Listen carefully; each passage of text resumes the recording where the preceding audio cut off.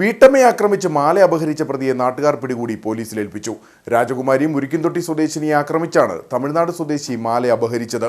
തുടർന്ന് ഓട്ടോയിൽ രക്ഷപ്പെടാൻ ശ്രമിച്ച പ്രതിയെ പൂപ്പാറയിൽ വാഹനം തടഞ്ഞ് നാട്ടുകാർ പിടികൂടുകയായിരുന്നു. തേനി മീനാക്ഷിപുരത്തു നിന്നും ജോലിക്കായി ഇടുക്കിയിലെത്തിയ വസന്തകുമാറാണ് പ്രതി. മുരിക്കുംതൊട്ടി സ്വദേശി പാണനാൽ രാജന്റെ വീട്ടിലെത്തിയ ഇയാൾ വീടിന്റെ ചായപ്പിൽ ഒളിച്ചുനിന്ന വീട്ടമ്മയായ മേരിക്കുട്ടിയെ ആക്രമിക്കുകയായിരുന്നു. തുണി കഴുകുന്നതിനായി മേരിക്കുട്ടി പുറത്തിറങ്ങിയപ്പോഴായിരുന്നു ആക്രമണം. തുടർന്ന് സ്വർണമാല അപഹരിച്ച് ഓട്ടോയിൽ കയറി പൂപ്പാറ ഭാഗത്തേക്ക് പോയി. സംഭവം അറിഞ്ഞ നാട്ടുകാർ പൂപ്പാറയിൽ വെച്ച് വാഹനം തടഞ്ഞ് മോഷ്ടാവിനെ പിടികൂടുകയായിരുന്നുവെന്ന് മേരിക്കുട്ടിയുടെ സഹോദരൻ പറഞ്ഞു. രാവിലെ ചേച്ചി തുണി കഴുകാൻ വേണ്ടി പുറത്തേക്ക് ഇറങ്ങിയപ്പോൾ വാതിൽ തുറന്ന് പുറത്തേക്ക് ഇറങ്ങിയപ്പോൾ ഇത് അകത്തെങ്ങാണ്ട് കള്ളം കുത്തിയിരിക്കുമായിരുന്നു.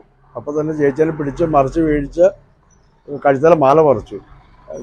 ഉണ്ടപ്പെടുത്തമായി കഴിഞ്ഞപ്പോഴത്തേനും ചേച്ചിനെ വീഴിച്ച് അവൻ ചേച്ചി കയറി പിടിച്ചു കഴിഞ്ഞപ്പോഴത്തേനും കത്തിയെടുത്ത് കഴുത്തിൽ വെച്ചു. എന്നിട്ട് മാലയും പറിച്ചുകൊണ്ട് ഓടി. മോഷ്ടാവിന്റെ ആക്രമണത്തിൽ പരിക്കേറ്റ മേരിക്കുട്ടിയെ ആശുപത്രിയിൽ പ്രവേശിപ്പിച്ചു. നാട്ടുകാർ ശാന്തൻപാറ പോലീസിൽ ഏൽപ്പിച്ച പ്രതിയെ പിന്നീട് രാജാക്കാട് പോലീസിന് കൈമാറി.